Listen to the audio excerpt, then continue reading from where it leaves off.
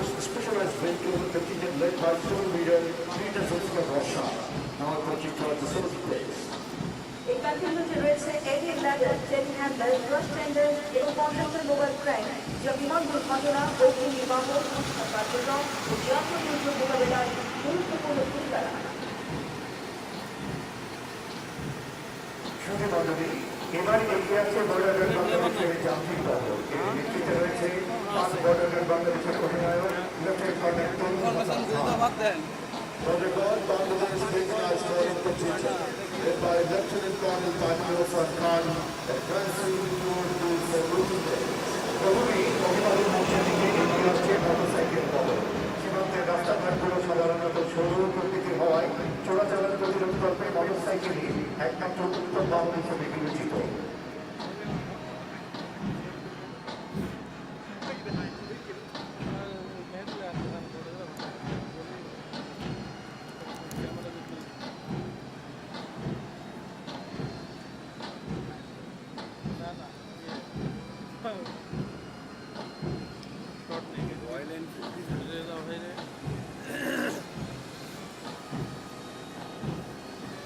এই পর্যায়ে এগিয়ে আসছে এটিভি। পার্বত্য অঞ্চল ও চরাঞ্চলে যে কোনো স্থানে গমনাগমন অসাধ্য ও কষ্টকর। মূলত সেই সকল অঞ্চলেই বিজিবি টহল নজরদারি বৃদ্ধির জন্য এটিভি ব্যবহৃত হয়ে থাকে।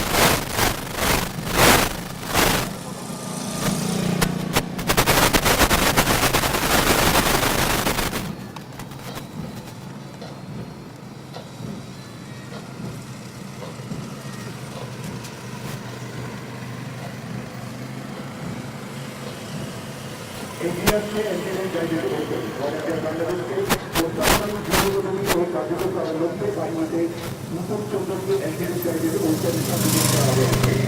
এনটিএন গাইডের ওপর সাধারণত সাজোয়া এবং অন্যান্য তান্ত্রিক প্রবর্তন ধ্বংসের জন্য মোতায়েন করা হয়ে থাকে।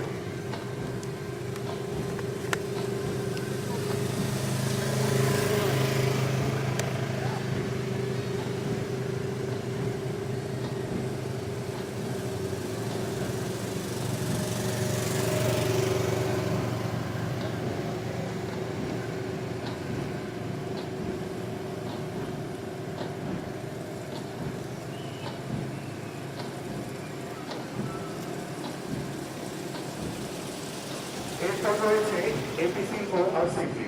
2007 সালে বিজিবিতে এপিসি ও আরসিবি সংযোজন করা হয়।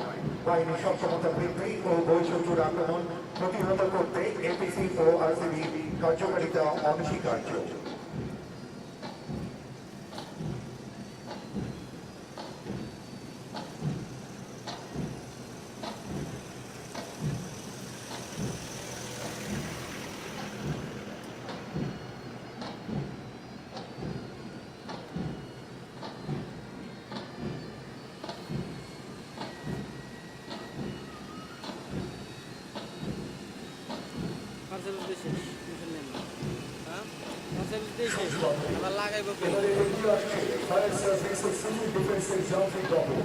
এর নেতৃত্বে রয়েছেন সহকারী পরিচালক কাজী নজরুজ্জামান ইএফএম।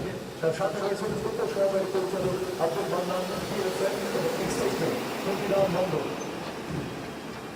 Ladies and gentlemen, now a mechanized contingent led by Assistant Director Kadir Hasan Zaman from Fire Service and Civil Defense is approaching towards the saluting days. বহরের প্রথম সারির ডান পাশে রয়েছে কেমিক্যাল টেন্ডার। অত্যাধুনিক গাড়িটি সকল ধরনের কেমিক্যালের অগ্নি নির্বাপন কাজে সক্ষম। মাঝে রয়েছে হেভি ডিউটি লাইটিং ইউনিট। অত্যাধুনিক গাড়িটি প্রায় 4800 ওয়াটের আলো জ্বালাতে সক্ষম। বহরের সর্বভাবে রয়েছে বিভিন্ন ধরনের কেমিক্যালের অগ্নি দুর্ঘটনায় অগ্নি নির্বাপনের জন্য ব্যবহৃত নতুন সংযোজিত অত্যাধুনিক হ্যাজম্যাট টেন্ডার। বহরের দ্বিতীয় সারির ডান পাশে রয়েছে অত্যাধুনিক স্পেশাল ওয়াটার টেন্ডার। অত্যাধুনিক গাড়িটির সাহায্যে অগ্নি নির্বাপন কাজ করা হয়। বহরের তৃতীয় সারি ডান পাশে রয়েছে টাউন লেভেল। অত্যাধুনিক এই গাড়িটি 68 মিটার উচ্চতা পর্যন্ত উদ্ধার ও নির্মাণ কাজে সক্ষম। সর্বভাবে রয়েছে অত্যাধুনিক স্কাই লিফট।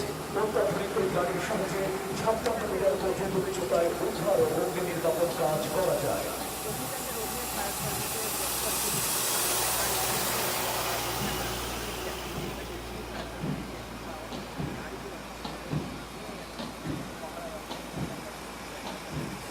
সুধীমণ্ডলী, অনুষ্ঠানের এই পর্যায়ে আমন্ত্রণ জানাচ্ছি বাংলাদেশ বিমান বাহিনীর উদ্বোধন কৌশল প্রদর্শনী মঞ্চে।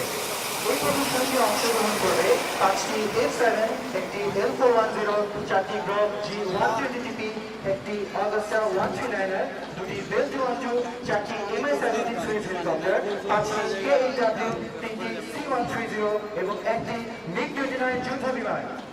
বর্ণাঢ্য ফ্লাইট পাসের লিডার হিসেবে রয়েছে এয়ার কমোডোর মেহেদী হাসান জিইউপি এবং তার সাথে উপদলনেতা হিসেবে আছেন group captain Molla Mohammad Tohidul Hasan. Air commodore মেহেদী 1999 সালে জিডিপি ব্রাঞ্চে কমিশন লাভ করেন।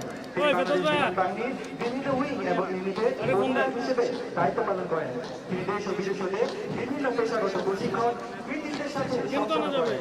Air commodore Mehedi Hasan defence services command and staff college থেকে স্টাফ কোর্স এবং ন্যাশনাল ডিফেন্স কলেজ থেকে আর্ম ফোর্সেস ওয়ার কোর্স অত্যন্ত কৃতিত্বের সাথে সম্পন্ন করেন। তিনি তার কর্মজীবনে 2500 ঘন্টারও বেশি উড্ডয়ন করেছেন।